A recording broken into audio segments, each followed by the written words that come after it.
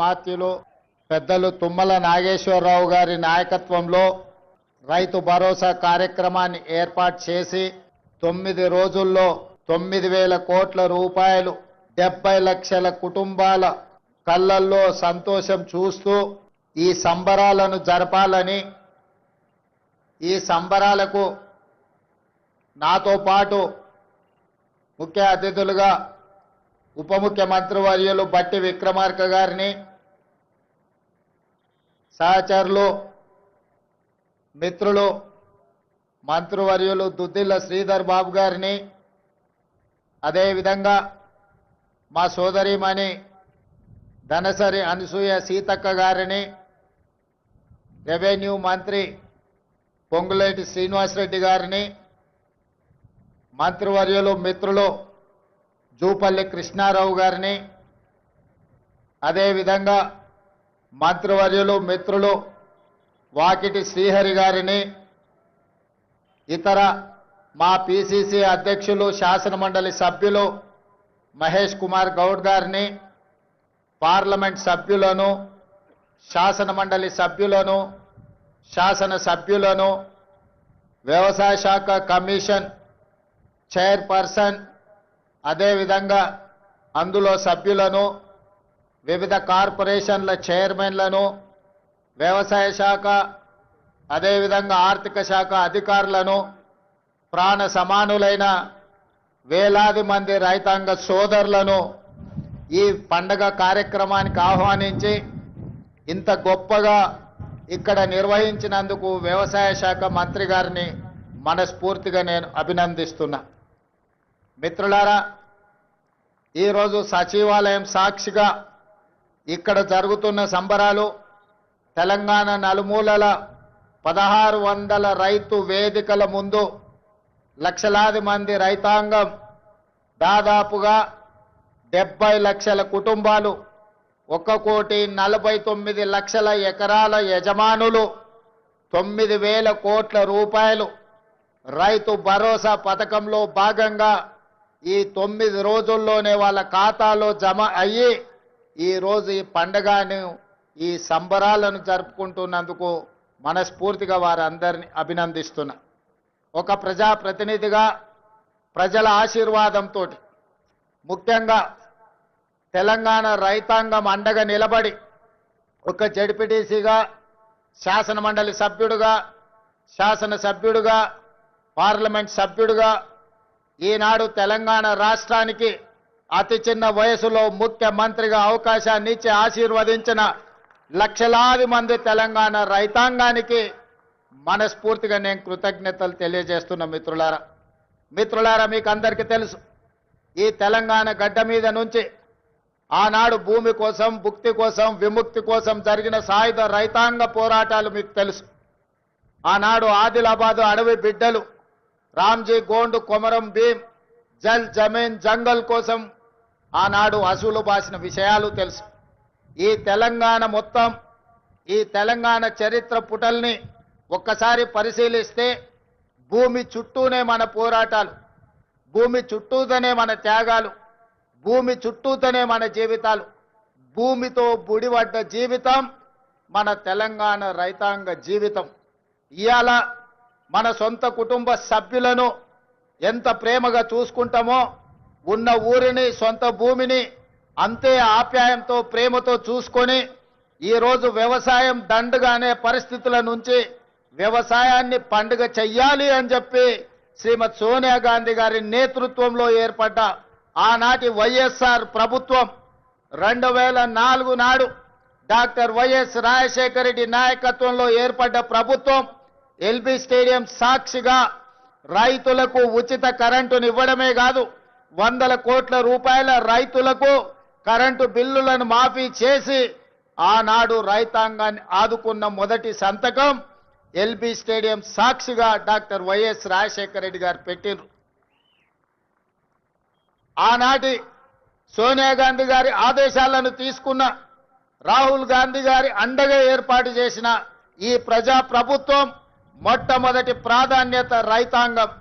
మేం ప్రధానంగా ఈ ప్రజా ప్రభుత్వంలో మా మొదటి ప్రాధాన్యత రైతులు, ఆ తర్వాత మా ఆడబిడ్డలు, ఆ తర్వాత మా తెలంగాణ ఉద్యమకారులు, విద్యార్థులు ఈరోజు తెలంగాణ రాష్ట్రంలో రైతుల గురించి చర్చించుకుంటే ఈరోజు రైతు భరోసా అన్నాడు చంద్రశేఖరరావు గారు ఎగబెట్టిపోతే ప్రభుత్వం ఏర్పడిన మొదటి 3 నెలల్లోనే 7,625 కోట్ల రూపాయలను వారు ఎగవేసిన రైతు భరోసా నిధులను మన ప్రభుత్వం, మన ఆర్థిక మంత్రి బట్టి విక్రమార్క గారు మొట్టమొదటి విడతలో రైతు భరోసా నిధులను వేయడం జరిగింది.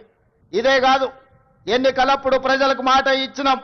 కాంగ్రెస్ పార్టీ అధికారంలోకి వచ్చిన వెంబడే అప్పుల్లో కూరుకుపోయిన ఈ రైతుల ఆత్మగౌరవం నిలబెట్టాలి అనంటే రైతులకు రుణమాఫీ చెయ్యాలి. ఆ రైతులకు 2 లక్షల రూపాయల వరకు రుణమాఫీ చేస్తామని ఎన్నికల సందర్భంగా మాట ఇచ్చినాం. పార్లమెంట్ ఎన్నికల సందర్భంలో రైతాంగానికి వివరించినాం. దాన్ని దృష్టిలో పెట్టుకొని మొదటి సంవత్సరంలోనే 25,35,964 మంది రైతులకు 20,617 కోట్ల రూపాయలు వాళ్ళ ఖాతాలో వేసి 2 లక్షల రూపాయల వరకు రైతుల మీద ఉన్న భారాన్ని అప్పు విముక్తి కలిగించినాం. 15 ఆగస్టు నాడు ఏ విధంగా అయితే దేశానికి స్వతంత్రం వచ్చిందో అదే 15 ఆగస్టు 2024 నాడు ఈ రైతులకు రుణం నుంచి విముక్తి కలిగించి రుణభారంని తొలగించిన ప్రభుత్వం ఈ ప్రజా ప్రభుత్వం. అదే కాదు మిత్రులారా, ఇవాళ ఆలోచన చేయండి. ఆనాడు తెలంగాణ రాష్ట్రంలో ఆనాటి ముఖ్యమంత్రి ఒక మాట అన్నాడు, శాసనసభ సాక్షిగా మాట్లాడిండు. మీరు ఒరేసుకుంటే ఉరి వేసుకున్నట్టే ఈ ప్రభుత్వం వ్యాపారం చేయదు, రైతులు పండించిన వడ్లను మేము కొనము, ఇది మా బాధ్యత కాదు అని ఆనాటి ముఖ్యమంత్రి చెప్పిండు.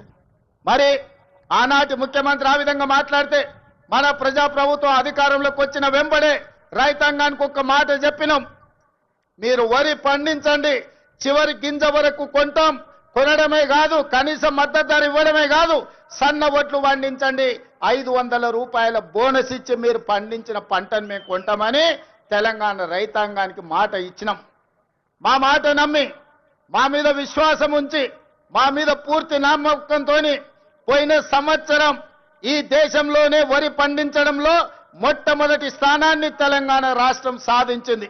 2,80,00,000 మెట్రిక్ టన్నుల వడ్లను ఉత్పత్తి చేసి దేశంలోనే మొదటి స్థానంలో నిలబడ్డ తెలంగాణ రాష్ట్రం సన్న వడ్లకు 500 రూపాయల బోనస్ ఇవ్వడమే కాదు, మీరు పండించిన పంట వడ్లకు 48 గంటల్లోనే మీ ఖాతాలో నగదు బదిలీ చేసినాం. ఆనాడు తాలు పేరు మీద, ఆనాడు తడి పేరు మీద, తుట్టి పేరు మీద క్వింటాల్కు 10 కిలోలు దళారులు దోసుకుంటుంటే మనం ప్రభుత్వంలోకి వచ్చిన తర్వాత ఈ దళారులను, ఈ మిల్లర్లను ఎవరైతే మోసం చేస్తుండ్రో మీ తోలు తీస్తాం, 1 కిలో కూడా తక్కువ తూకం చేసినా మీ తోలు ఒలుస్తామని చెప్పి తాలు పేరు మీద, తడి పేరు మీద జరుగుతున్న దోపిడీని నిలువరించి రైతులను ఆదుకున్న చరిత్ర ఈ రోజు మన ప్రభుత్వాన్ని అని చెప్పి నేను ఈ సందర్భంగా చెప్పదలుచుకున్న మిత్రులారా, ఇవాళ దేశంలో తలెత్తుకొని గర్వంగా నిలబడి ఈ దేశంలోనే అత్యధికంగా వరి ధాన్యాన్ని ఉత్పత్తి చేసే రాష్ట్రం మాది. మా దగ్గర గిట్టుబాటు ధరనే కాదు 500 రూపాయల బోనస్ ఇస్తున్నామని చెప్పి గర్వంగా చెప్పుకునే రాష్ట్రం ఏదైనా దేశంలో ఉంది అంటే అది తెలంగాణ రాష్ట్రం అన్న సంగతి నేను గుర్తు చేయదలుచుకున్న మిత్రులారా. ఇవాళ మీరు ఆలోచన చేయండి. చాలా మంది అన్నారు, వాళ్ళకి తెలుసు వాళ్ళు ఏ విధంగా రాష్ట్రాన్ని దివాలా తీపిచ్చిండ్రు. ఒక క్యాన్సర్ పేషెంట్ చూడడానికి బాగా కనిపించిన కిడ్నీలు దెబ్బతిని, గుండె దెబ్బతిని, రక్తము సరైన బీపీ షుగర్లు అన్ని క్యాన్సర్ ఉండి చనిపోయే ముందు ఏ విధంగా ఉంటాడో రాష్ట్ర ఆర్థిక వ్యవస్థను చంద్రశేఖరరావు గారు క్యాన్సర్ బారిన పడేసినట్టు పడేసి 8,29,000 కోట్ల రూపాయలతో మాకు అప్పచెప్పిండు మిత్రులారా. ఆనాడు ధనిక రాష్ట్రం 16,000 కోట్ల రూపాయల మిగులు బడ్జెట్తో అప్పచెప్తే 10 ఏళ్లలో 8 లక్షల కోట్ల రూపాయలు అప్పు చేశాడు. ఇవాళ వాళ్ళు గొప్పలు చెప్తున్నారు.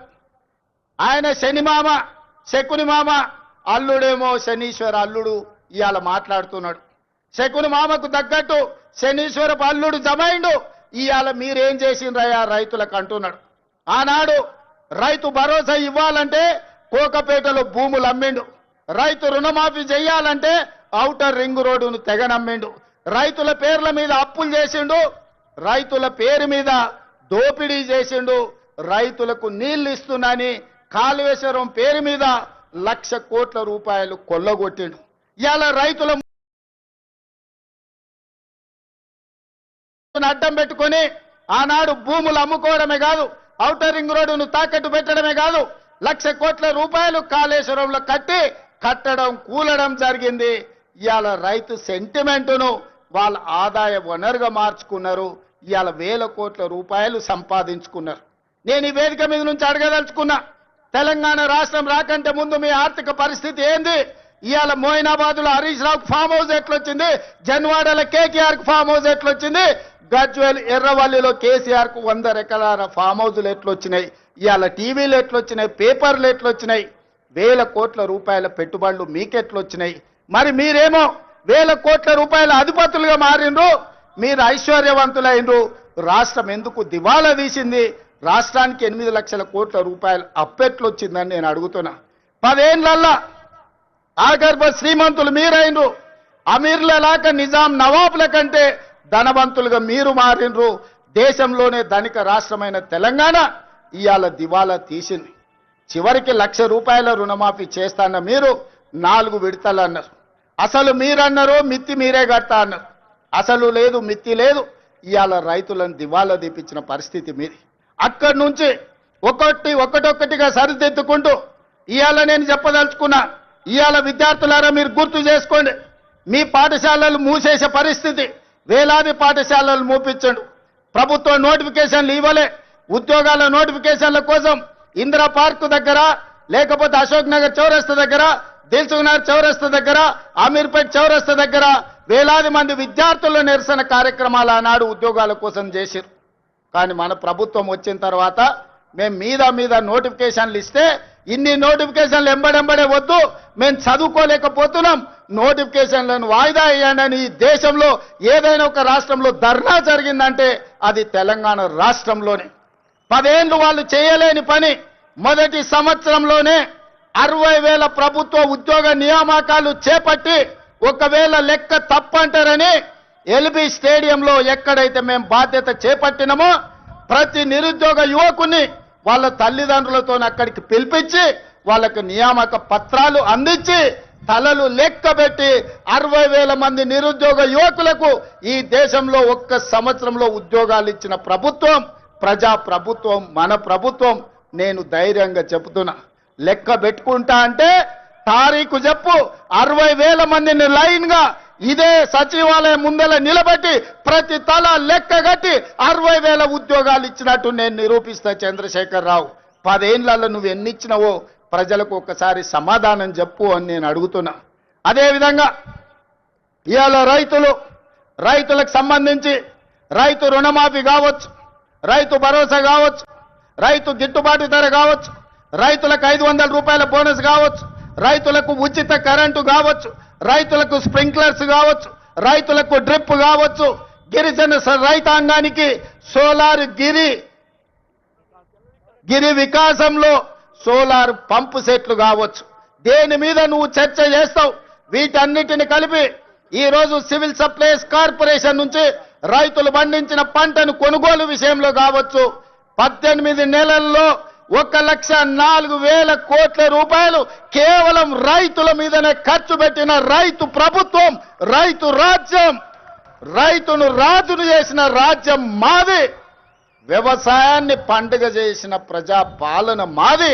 చర్చ చేయడానికి నువ్వు సిద్ధంగా ఉన్నవా చంద్రశేఖర్ రావు గారు అని నేను అడుగుతూ నీ వేదిక మీద నుంచి. మీరు కాళేశ్వరం ముసుగులో 1,00,000 కోట్ల రూపాయలు మీరు కొల్లగొడితే 18 నెలల 1,04,000 కోట్ల రూపాయలు రైతాంగానికి అందించి రైతులను ఆదుకున్న చరిత్ర మాది. వ్యవసాయం అంటే 10 మందికి సాయం, రైతును రాజును చేయాలి, వ్యవసాయాన్ని పండుగ చేయాలన్న ఒక ఉక్కు సంకల్పంతో ఎన్ని కష్టాలు వచ్చినా, ఎంతమంది తిట్టినా తిట్లన్నిటినీ ఓర్చుకొని ఇవాళ ఈ ప్రజా ప్రభుత్వాన్ని ముందుకు తీసుకెళ్తున్న మిత్రులారా, ఇవాళ మహిళల విషయంలో మీరు చూడండి, ఆర్టీసీలో ఉచిత ప్రయాణం కావచ్చు, ఆడబిడ్డలకు పెట్రోల్ బంకుల నిర్వహణ కావచ్చు, ఆడబిడ్డలకు సోలార్ బిజినెస్ కావచ్చు, అదానీ అంబానీలతో పోటీ పడే విధంగా ఇవాళ 1000 మెగావాట్ల సోలారు విద్యుత్ ఉత్పత్తి సామర్థ్యాన్ని విద్యుత్ శాఖతో ఒప్పందం చేపించి 1 కోటి మంది మహిళల్ని కోటీశ్వరులను చెయ్యాలని ఉక్కు సంకల్పంతో ఇవాళ మేము ముందుకు వెళ్తున్నాం. ఇవాళ ఆడబిడ్డలకు ఒక్క సంవత్సరంలో 21,000 కోట్ల రూపాయలు జీరో వడ్డీతో ఇవాళ ఆడబిడ్డలను ఆదుకున్నాం. అదే కాదు, హైటెక్ సిటీ పక్కన విప్రో ఇన్ఫోసిస్ కార్పొరేట్ కంపెనీల పక్కన 4 ఎకరాలు శిల్పారామం పక్కన ఇచ్చి 150 షాపులు సెల్ఫ్ హెల్ప్ గ్రూపులు ఉత్పత్తి వస్తువులను అమ్ముకోవడానికి ఇవాళ వాళ్ళకు అక్కడ స్థలాన్ని కేటాయించడం. ఇవాళ ఆడబిడ్డలు ఆర్టీసీలో ఉచిత బస్సు ప్రయాణం కాదు, 1000 బస్సులను కొని ఆర్టీసీకి కిరాయికి పెట్టుకునే ఆర్థిక స్తోమత ఇవాళ ఆడబిడ్డలకు అందించడం. ఇవాళ ఐకేపీ కేంద్రాలు 8,000 ఐకేపీ కేంద్రాలు ఇవాళ ఆడబిడ్డల చేతుల్లో పెట్టినాం. గ్రామాలలో ఉన్న పాఠశాలల్ని అమ్మ ఆదర్శ పాఠశాల మీద ఆడబిడ్డల చేతిలో పెట్టి పిల్లల భవిష్యత్తు ఆడబిడ్డల చేతిలో భద్రమని ఇవాళ అమ్మ ఆదర్శ పాఠశాలలు తీసుకొచ్చినాం. ఇవాళ పాఠశాలల్లో పిల్లల బట్టలు ఒకనాడు కార్పొరేట్ కంపెనీలు కుట్టేవి, ఇవాళ వాటిని రద్దు చేసి ఆడబిడ్డలకే బట్టలు కుట్టే వ్యాపారాన్ని ఇవాళ ఆడబిడ్డలకే అందించినాం. ఇప్పుడు పాఠశాలల్లో తిను వస్తువులను, కూరగాయలను, పాలు, పండ్లు అన్ని సరఫరా ఒకప్పుడు వ్యాపారాలు కార్పొరేట్ సంస్థలు చేస్తుంటే వాటన్నిటిని రద్దు చేసి స్వయం సహాయక సంఘాలకు అందించి ఇవాళ ఆడబిడ్డల చేతుల్లో పిల్లల భవిష్యత్తు భద్రంగా ఉంటుంది అని ఇవాళ ఆడబిడ్డలకు అప్పచెప్పినాం. అందుకే మిత్రులారా, రైతులు కావచ్చు, మహిళలు కావచ్చు, నిరుద్యోగ యువకులు కావచ్చు, ఈ ప్రజాపాలనలో భద్రంగా ఉండాలి అని మేము ఈరోజు ప్రయత్నం చేస్తున్నాం. అందుకే ఈ వేదిక మీద నుంచి 4 కోట్ల తెలంగాణ ప్రజలకు విజ్ఞప్తి చేస్తున్నా. ఆలోచన చేయండి, అంచనా వేయండి, బేరీజు కట్టండి. 10 ఏళ్ల వాళ్ళ పాలన ఎట్లుందో, 18 నెలల్లో మా మిత్రుల పరిపాలన ఎట్లుందో మీరు చర్చ పెట్టండి. చెట్టు కింద పెట్టండి, పెళ్లి కాడ పెట్టండి, సావు దగ్గరకు పోయినప్పుడు మాట్లాడండి, కళ్ళు కాంపౌండ్ కాడ మాట్లాడండి, దావత్ కాడ మాట్లాడండి, ఏడికెళ్ళినా చర్చ పెట్టండి. 10 ఏళ్లలో ఆయన చేసిందేందో, 18 నెలల్లో మనం చేసిందేందో చర్చ పెట్టండి. చంద్రశేఖరరావు గారు ఇవాళను కుట్రలు కుతంత్రాలతోని ఆనాడు కృష్ణా నది మీద కాంగ్రెస్ పార్టీ ఉమ్మడి రాష్ట్రంలో ప్రారంభించిన ప్రాజెక్టులు 10 ఏళ్లలో ఏ ఒక్కటి పూర్తి చేయలే. పాలమూరు రంగారెడ్డి ఎత్తిపోతల ఎడారిగా మారింది, కల్వకుర్తి ఆగిపోయింది, భీమా, నెట్టంపాడు, కోయిల్ సాగర్, ఎస్ఎల్బిసి, సీతారామ, అదే విధంగా దేవాదుల, సమ్మక్క సారలమ్మ, ప్రాణహిత చేవెళ్ళ ఏ ప్రాజెక్టులు చూసినా ఎక్కడి అక్కడనే పడ్డాయి. ప్రాణహిత చేవెళ్ళ పేరు మార్చి, ఊరు మార్చి, పేరు మార్చి, అంచనాలు పెంచి 1,00,000 కోట్లు కొల్లగొట్టిన కాళేశ్వరం నువ్వు కట్టిన 3 ఏళ్లకే కూలేశ్వరం అయింది. 1,00,000 కోట్లు గంగలో కొట్టుకపోయినాయి. ఇవాళ గోదావరిలో కొట్టుకపోవడానికి కారణం నువ్వు కాదా? నీ అవినీతి కాదా? నీ కుటుంబం 1,000 కోట్ల రూపాయల దోపిడీకి పాల్పడి నాణ్యత లోపం వల్ల, ప్రణాళిక లోపం వల్ల మేడిగడ్డ, అన్నారం, సుందిల్ల కూలిపోయిన మాట వాస్తవం కాదా? ఈ ప్రాజెక్టులు కూలిపోయినందుకు నిన్ను ఆ చిన్న కాళేశ్వరంలోనే ఉరి తీసినా తప్పు లేదని అక్కడి రైతాంగం అంటున్న మాట నిజం కాదా? వ్యవసాయం మీద 2 లక్షల కోట్లు ఖర్చయిన మిత్రులారా, కేవలం కాంట్రాక్టర్లకు 2 లక్షల కోట్ల రూపాయల బిల్లులు చెల్లించడు. మరి 1000 కోట్లతో పూర్తి కావాల్సిన కల్వకుర్తి ఎందుకు ఆగిపోయింది? 300 కోట్లతో పూర్తి కావాల్సిన భీమా ఎందుకు ఆగిపోయింది? 200 కోట్ల రూపాయలతో పూర్తి చేయాల్సిన నెట్టంపాడు ఎందుకు పూర్తి కాలే? ఇవాళ 6-7 వేల కోట్ల రూపాయలతో పూర్తి చేయాల్సిన సీతారామ ప్రాజెక్టు ఎందుకు ఆగిపోయింది? ఇవాళ ప్రతి ప్రాజెక్టు దేవాదుల 12,000 కోట్ల రూపాయలు ఖర్చయినాయి. ఇంకొక 3-4 వేల కోట్ల రూపాయలు ఖర్చు పెడితే ఇవాళ దాదాపుగా 4 లక్షల ఎకరాలకు నీళ్లు వస్తాయి. ఎందుకు పూర్తి చేయలేదని నేను అడుగుతున్నా. ఉమ్మడి రాష్ట్రంలో సమైక్య పాలనలో సీమాంధ్ర పాలకులు ఆనాడు తెలంగాణ సాగునీటి ప్రాజెక్టుల మీద నిర్లక్ష్యం వహించారు, తెలంగాణను ఎడారిగా మార్చిందని చెప్పిన నువ్వు 10 ఏళ్లలో ఏ ఒక్క ప్రాజెక్ట్ అయినా పూర్తి చేసినవా? ప్రాణహిత చేవెళ్ళ గాని, పాలమూరు రంగారెడ్డి ఎత్తిపోతలు గాని, కల్వకుర్తి గాని, భీమా గాని, నెట్టంపాడు గాని, కోయిల్ సాగర్ గాని, ఎస్ఎల్బిసి గాని, సీతారామ గాని, రాజీవ్ సాగర్ గాని, ఇందిరా సాగర్ గాని ఏ ఒక్క ప్రాజెక్టు 2 లక్షల కోట్ల రూపాయలు ఖర్చైనా అన్ని ఈ రోజు ఆగిపోయి ఉన్నాయి అనంటే ఈ దుర్మార్గానికి నువ్వు, నీ కుటుంబం అవినీతి కాదా అని ఈ రోజు నేను అడుగుతున్న మిత్రులారా. ఇన్ని దుర్మార్గాలు చేసి, ఇంత దోపిడీకి పాల్పడి, 1,00,000 కోట్లు కొల్లగొట్టి, 1,000 ఎకరాల భూములను ఆక్రమించి ఇవాళ గోదావరి బంకంచర్ల రేవంత్ రెడ్డి వచ్చి మొదలుపెట్టి చంద్రబాబు నాయుడుకు నీళ్లు ఇస్తున్నాడని దుర్మార్గమైన మాటలు మాట్లాడుతున్నాడు. చంద్రబాబు నాయుడుతోనే ఉండాలంటే, చంద్రబాబు నాయుడుతోనే అంటగాగాలంటే అక్కడనే ఉండేటోని కదా.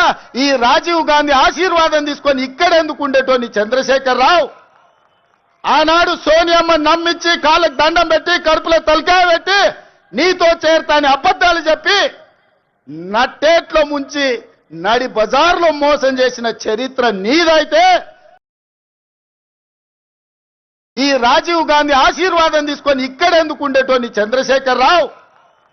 ఆనాడు సోనియమ్మ నమ్మించి కాళ్ళకు దండం పెట్టి కడుపులో తలకాయ పెట్టి నీతో చేరతాని అబద్ధాలు చెప్పి నట్టేట్లో ముంచి నడి బజార్లో మోసం చేసిన చరిత్ర నీదైతే, తెలంగాణ ఇచ్చిన సోనియమ్మకు అండగా నిలబడాలి, ఆమె బిడ్డగా ఈ తెలంగాణలో ప్రజా ప్రభుత్వాన్ని తేవాలి అని చంద్రబాబు నాయుడును కాదనుకొని ఇవాళ కాంగ్రెస్ పార్టీలో చేరి ప్రజా ప్రభుత్వం రావడానికి మీ అందరితో కలిసి కదం కదం కలిపిన మిత్రులారా, ఇవాళ నేను అడుగుతున్న సూటిగా చంద్రశేఖర్ రావును, నిజంగా నీకు ధైర్యం ఉంటే, నీలో నీతి నిజాయితీ ఉంటే, చిత్తశుద్ధి ఉంటే గోదావరి బంకంచర్ల గోదావరి నది జలాల మీద శాసనసభలో చర్చ పెడదాం, స్పీకర్ కు లేఖ రాయి, నువ్వు చెప్పిన తారీఖు నాడు అసెంబ్లీ పెట్టించే బాధ్యత మా శ్రీధర్ బాబు గారు తీసుకుంటారు. నువ్వు నేను చర్చ చేద్దాం. గోదావరి జలాలలో తెలంగాణకు అన్యాయం చేసింది ఎవరు? ప్రాణహిత చేవళ్లను తరలించే 1,00,000 కోట్లు దోసుకున్నది ఎవడు? ఇవాళ గోదావరి బంకంచర్లలో 3,000 టీఎంసీ సముద్రంలో కోతున్నాయి, రాయలసీమకు తరలించమని చెప్పింది నువ్వు కాదా? 2016లో మొత్తం వివరాలతో నేను వస్తా, నువ్వు సిద్ధంగా ఉన్నావా? నువ్వు చెప్పినాకనే కదా ఉమాభారతి గారి ఆదేశాల మేరకు చంద్రబాబు నాయుడు గారు 2016లో ఆనాడు జీవో ఇచ్చిండు, గోదావరి నుంచి బంకంచర్లకు నీళ్లు తరలించడానికి, హంద్రీ నీవాకు 400 టీఎంసీలు తరలించడానికి 2016లోనే జీవో ఇచ్చిన మాట వాస్తవం కాదా? 2018లో వ్యాప్కోస్ను నియమించింది నిజం కాదా? వ్యాప్కోస్ సంస్థ 400 టీఎంసీలు గోదావరి జలాలను హంద్రీ నీవాకు బంకచర్ల ద్వారా తరలించడానికి ప్రాజెక్టు రిపోర్ట్ ఇచ్చిన మాట వాస్తవం కాదా? ఇవన్నీ నీ నాయకత్వంలో నువ్వు ఇచ్చిన బోడి ఉచిత సలహాలతోటి ఈరోజు గోదావరిలో 3,000 టీఎంసీలు నీళ్లు సముద్రంలో పోతున్నాయని నీ దిక్కుమాలిన సూచనలతోనే ఈరోజు ఈ దరిద్రం దాపరించిన మాట నిజం కాదా? ఇవాళ నువ్వు చర్చకు సిద్ధంగా ఉన్నావా? గోదావరి జలాలను రాయలసీమకు తరలించకపోయినని రోజమ్మ పెట్టిన రాగి సంకటి రొయ్యల పులుసు తిని రాయలసీమను రతనాల సీమ చేస్తా అని చెప్పిన చవటవు నువ్వు కాదా అని నేను అడుగుతున్నా. నీకు జీవితం ఇచ్చి, నీకు బతకడానికి నీడనిచ్చి, నిన్ను ప్రజాప్రతినిధిగా చేసి తెలంగాణ ముఖ్యమంత్రిని చేసిన తెలంగాణని ఎడారిగా మార్చి వందలాది గోదావరి టీఎంసీల నీళ్లను రాయలసీమకు తరలించమని చెప్పింది నువ్వు కాదా? ఇవాళ నువ్వు సిద్ధంగా ఉన్నవా నేను అడుగుతున్న చంద్రశేఖర్ రావు గారు. నీ వంది మాగదులతో మాట్లాడించడం కాదు, నీ శనీశ్వరుడైన అల్లుడితో మాట్లాడించడం కాదు, నేను సిద్ధంగా ఉన్నా. గోదావరి బంకంచర్ల ప్రాజెక్టు మీద నువ్వు చర్చకు రా, స్పీకర్ గారికి ప్రధాన ప్రతిపక్ష నాయకుడిగా లేఖ రాయి, శాసనసభ సమావేశాలు పెడతాం, ఎదురెదురుగా నిలబడతాం, మాట్లాడదాం. ఎవరు నిజాలు, ఎవరు జీవోలు ఇచ్చారు, ఎవరు తెలంగాణను దెబ్బతీసిండ్రో, ఎవరు నువ్వు తెలంగాణను దోక చేసిండ్రో, ఎవరు కాళేశ్వరం కడితే కూలేశ్వరమైందో చర్చ చేయడానికి నువ్వు సిద్ధంగా ఉన్నవా? ఒకరోజు గోదావరి మీద చర్చిద్దాం, రెండవ రోజు కృష్ణానది జలాల మీద చర్చిద్దాం. ఉమ్మడి రాష్ట్రానికి ఆనాడు పచ్చావత్తు ట్రిబ్యునల్ 811 టీఎంసీలు ఏకంగా కేటాయిస్తే 811 టీఎంసీలలో తెలంగాణ రాష్ట్రం విడిపోయినప్పుడు నువ్వు పోయి చంద్రబాబు నాయుడు దగ్గర వంగి వంగి సంతకం పెట్టి 512 టీఎంసీలు ఆంధ్రప్రదేశ్ తీసుకోండి, 299 టీఎంసీలు నాకు సరిపోతాయని సంతకం పెట్టింది నువ్వు కాదా? ఇవాళ కాగితాలని శాసనసభ ముందు పెడతా, నువ్వు చర్చకు సిద్ధంగా ఉన్నవా?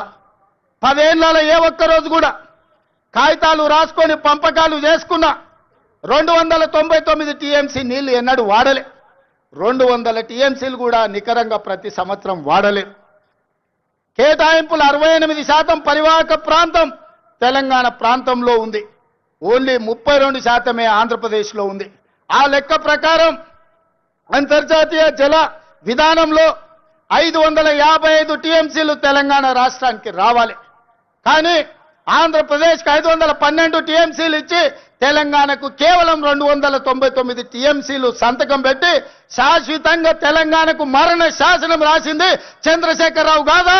సంతకాలతో సహా ఆధారాలతో సహా అసెంబ్లీకి వస్తా, చర్చించడానికి నువ్వు సిద్ధంగా ఉన్నవా అని నేను అడుగుతున్నా.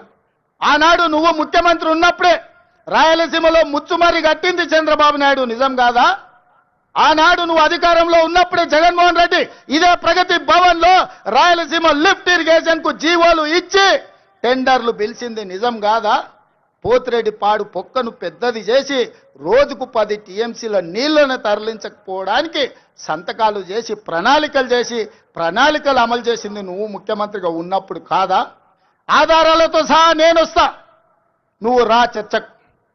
కృష్ణా నది మీద మనకు నువ్వు రావాల్సిన నీళ్లను శాశ్వతంగా ఆంధ్రప్రదేశ్కు తాకట్టు పెట్టి తెలంగాణ రైతాంగం మీద మరణ శాసనం రాసింది నువ్వు కాదా? చేసిన తప్పులను కప్పుపుచ్చుకొని మొక్కం జల్లక ఫామ్ హౌస్లో పడుకొని ఇవాళ నీ అల్లుడిని ఊరి మీద వదిలేసి అచ్చోసిన ఆంబోతులాక నన్ను తిడుతున్నాడు. నేనేం చేసినా? నేను వచ్చినాక సీతారామక్క నీటికి 65 టీఎంసీల కేటాయింపులు తీసుకొచ్చిన. ఇవాళ సమ్మక్క సారలమ్మ ప్రాజెక్టు నీటి కేటాయింపుల కోసం మోడీతో కొట్లాడుతున్నా. నువ్వు వదిలేసిన తుమ్మిడి ఏటిని ఇవాళ ఎట్లయినా కట్టి ఆ తుమ్మిడి ఏటి ద్వారా శ్రీపాద ఎల్లంపల్లి శ్రీరామ్ సాగర్ కు నీళ్లు తెచ్చి ఈ రోజు ఉత్తర తెలంగాణను సస్యం సామలం చేయాలని నేను ప్రయత్నం చేస్తున్నా. నువ్వు ఆపేసిన పాలమూరు కావచ్చు, నువ్వు ఆపేసిన కల్వకుర్తి కావచ్చు, నువ్వు వదిలేసిన నెట్టంపాడు కావచ్చు, నువ్వు నిర్లక్ష్యం వహించిన బీమా ప్రాజెక్టులను పూర్తి చెయ్యాలని ఈరోజు నేను నిరంతరం ప్రయత్నం చేస్తున్నా. నీ తప్పిదాలను కప్పిపుచ్చుకోవడానికి ఎవడు చెప్పిండంట ఆయనకు, నీకిగా సంజీవిని గోదావరి జలాలే అని, సచ్చినోని బతికిచ్చేది గోదావరి జలాలే అని. అసెంబ్లీ అప్పుడు అధికారం పోయింది, పార్లమెంట్ అప్పుడు డిపాజిట్లు పోయినాయి, 0 వచ్చింది. శాసన మండలికి వచ్చే వరకల్లా పోటీ చేయడానికి అభ్యర్థులు దొరకలేదు. తెలంగాణలో పార్టీ చచ్చిపోయింది, సచ్చిన పాము. ఆ సచ్చిన పాము ఈరోజు గోదావరి జలాల సెంటిమెంటుతోని ఇవాళ మంటలు పెట్టి తెలంగాణలో పార్టీ మళ్ళీ బతుకుతుందట. ముందుగాల చూసిరానికి అల్లుని పంపించినట్టు ఎట్లున్నదో చూసిరాపో నేను మళ్ళీ వస్తా అని. ఎట్లకెళ్ళి వస్తావు? తెలంగాణ రైతాంగం అంతా ఎడ్డోళ్ళు అనుకుంటున్నావా, గుడ్డోళ్ళు అనుకుంటున్నావా చంద్రశేఖరరావు? అందుకే ఇవాళ తెలంగాణ రైతాంగం పక్షాన నేను ఈరోజు ఆనాటి ముఖ్యమంత్రికి ఈరోజు నేను సవాలు విసురుతున్నా. మీరు స్పీకర్ గారికి లేఖ రాయండి, శాసనసభ సమావేశాలను ఏర్పాటు చేద్దాం. గోదావరి జలాల మీద ఒకరోజు, కృష్ణానది జలాల మీద ఒకరోజు చర్చ పెడదాం. గోదావరి జలాలను తరలించకపోమన్నది ఎవరు? రాయలసీమను రతనాల సీమ చేస్తాన్నది ఎవరు? ఈ రోజు సంపూర్ణంగా చర్చలు చేద్దాం. నేను తప్పు చేసినట్టు ఒక్క కాగితం చూపించినా, నేను మా ఉత్తమ్ కుమార్ రెడ్డి గారు ఆంధ్రప్రదేశ్ ప్రణాళికలు రచించినప్పుడే కేంద్ర ప్రభుత్వానికి ఫిర్యాదు చేసినాం, కేంద్ర ప్రభుత్వానికి చెప్పొచ్చినాం గట్టిగా, మీరు వాళ్ళకు సహకరిస్తే సుప్రీంకోర్టులో కలుసుకుందాం, మీ సంగతి వాళ్ళ సంగతి అక్కడ తేలుస్తామని చెప్పొచ్చింది మేము. మా చిత్తశుద్ధిని నువ్వా ప్రశ్నించేది? 10 ఏళ్ళు ఈ రాష్ట్రాన్ని దోసుకొని తెలంగాణను ఎడారిగా మార్చి ప్రాజెక్టులన్నిటిని పడావు పెట్టి ఈ రోజు నువ్వు ఫామ్ హౌస్లో పడుకున్న నువ్వు ఈ ప్రజా ప్రభుత్వాన్ని నిందిస్తావా? అందుకే మిత్రులారా, మళ్ళొక్కసారి చెప్తున్నా మీడియా మిత్రుల ద్వారా చంద్రశేఖరరావు గారికి నేను సూటిగా సవాలు విసురుతున్నా. గోదావరి బంకంచెర్ల మీద పూర్తి స్థాయిలో చర్చ చేద్దాం. మీరు స్పీకర్ గారికి లేఖ రాయండి. మీరు ఏ తారీఖు నాడు పెడితే ఆ తారీఖు నాడు మా ప్రజా ప్రభుత్వం చర్చలకు సిద్ధంగా ఉంది. ఆధారాలన్నీ నేను తీసుకొని వస్తా. తెలంగాణ ద్రోహులెవరో, గోదావరి జలాల దొంగలెవరో శాసనసభలోనే తేలుస్తాం. నీకు నీ అల్లునికి చిత్తశుద్ధి ఉంటే చర్చకు తీసుకొని రా, అప్పుడు మాట్లాడదాం తప్ప అబద్ధాల ప్రచారంతోని ప్రజల్ని మభ్యపెడతామంటే ఈడెవడు ఊరుకునేవాడు లేడు. అప్పుడంటే పెద్ద మనిషి జానారెడ్డి గారు నీతో ఎందుకులే అనుకున్నాడు. ఇప్పుడు అట్లాంటి పరిస్థితి ఏం లేదు. రా, వస్తే చెప్తా శాసనసభలో నీ సంగతి. అందుకే మిత్రులారా, ఇవాళ నేను ఒక్కటే మాట చెప్పదలుచుకున్నా. వ్యవసాయం దండగ కాదు, వ్యవసాయం పండుగ. రైతు రాజును చేయడమే మా లక్ష్యం. ఈ రైతుల కోసం ఎంత దాకైనా ఎవరితోనైనా కొట్లాడతాం, ఈ తెలంగాణ రైతాంగానికి వ్యవసాయాన్ని లాభసాటిగా చేసే వరకు మా ప్రభుత్వం అండగా నిలబడుతుంది. ఈ రైతాంగ ఆశీర్వాదం ఉన్నోడే రాజు అవుతాడు. ఈ రైతులు తిరస్కరించినోడు ఎవడైనా రావణుడు అవుతాడు. అందుకే రావణాసురుడు అయిపోయి ఫామ్ హౌస్ లో నిద్రపోతున్నాడు. ఇవాళ రైతును రాజు చేసే ప్రభుత్వం ఈ వేదిక మీద ఉన్నది. ఇంత మంచి కార్యక్రమాన్ని ఏర్పాటు చేసి తెలంగాణ రైతాంగంతో మాట్లాడడానికి అవకాశం కల్పించిన వ్యవసాయ శాఖ, ఆర్థిక శాఖకు మనస్ఫూర్తిగా కృతజ్ఞతలు తెలియజేస్తూ, నెక్స్ట్ ఈ అసైన్మెంట్ కంప్లీట్ అయింది. భట్టి గారు ఏదో విరామం తీసుకుందాం అనుకుంటున్నట్టున్నాడు. భట్టి గారికి విరామం లేదు. రాజీవ్ యువ వికాసం వారు ప్రకటించారు. రాబోయే రోజుల్లో రాజీవ్ యువ వికాసమే మన ఛాలెంజ్. నెక్స్ట్ రాజీవ్ యువ వికాసాన్ని ముందుకు నడిపించి యువకులను ఆదుకునే ప్రణాళికలు సిద్ధం చేసుకొని మీ ముందుకు వస్తాం. మీ ఆశీర్వాదం పొందుతాం. ఇంతకు ముందే నేను గాంధీ భవన్లో ఒక మాట చెప్పిన. 94 నుంచి 2004 2 సార్లు టీడీపీ అధికారంలో ఉంది.